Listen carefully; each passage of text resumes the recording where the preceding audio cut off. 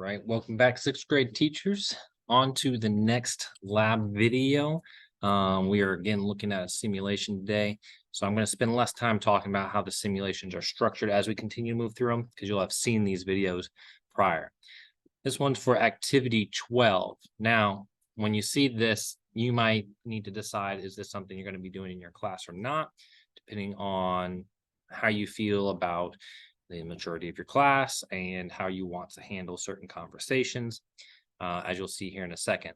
As before, you do have the teacher's guide and the student's guide that has good questions and instructions that might be useful for students to have, especially if they're doing it on their own.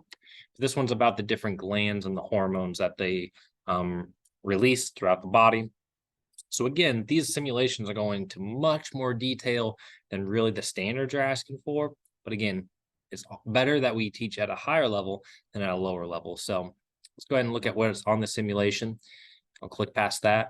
But as you can see, it does include the sex hormone producing organs. So you do get some information about, let's say, the testes and all that sort of information. So if you feel comfortable and you're like, kids, we're going to be mature, this is a science class, and you have that conversation, you can go ahead and do this lab. If you're feeling uncomfortable with these sorts of conversations, this could be one you skip over.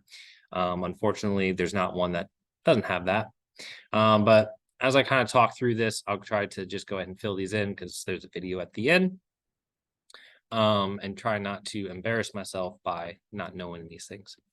But as you can see, there are some really good information that students can learn about all these different parts of the body. And the main idea that they need to know is that all of these work together to regulate all the hormones and the different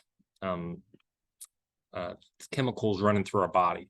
So you can have a whole conversation about the pancreas and how the pancreas regulates the sugar levels of our bodies. And so very cool stuff there.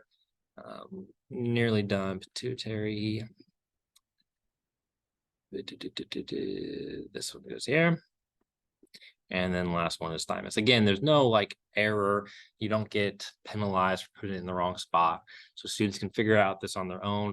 Or if you have like a good research document that they can go and find where all these things are, you could do that as well.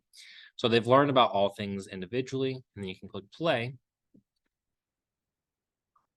And I don't know if the audio is coming through.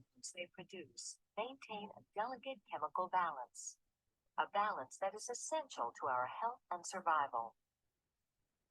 Hormones play many different roles that affect the entire body. I'm going to stop that there.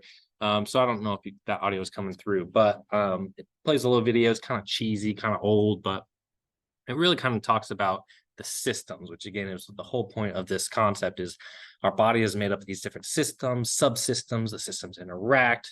And so it's kind of a good finalizing video. So again, you could assign this for students to go and learn on their own, and then that video helps summarize all of that, or do it as a class, so that way you can direct the conversation. But kind of some good information there. So that is that simulation in a nutshell. Hopefully you guys are finding these simulations, you're like, okay, these are probably pretty easy, I got the hang of it, but I'll continue to make videos for all these. I hope that you find them useful. And that was activity 12. So I'll see you in the next video.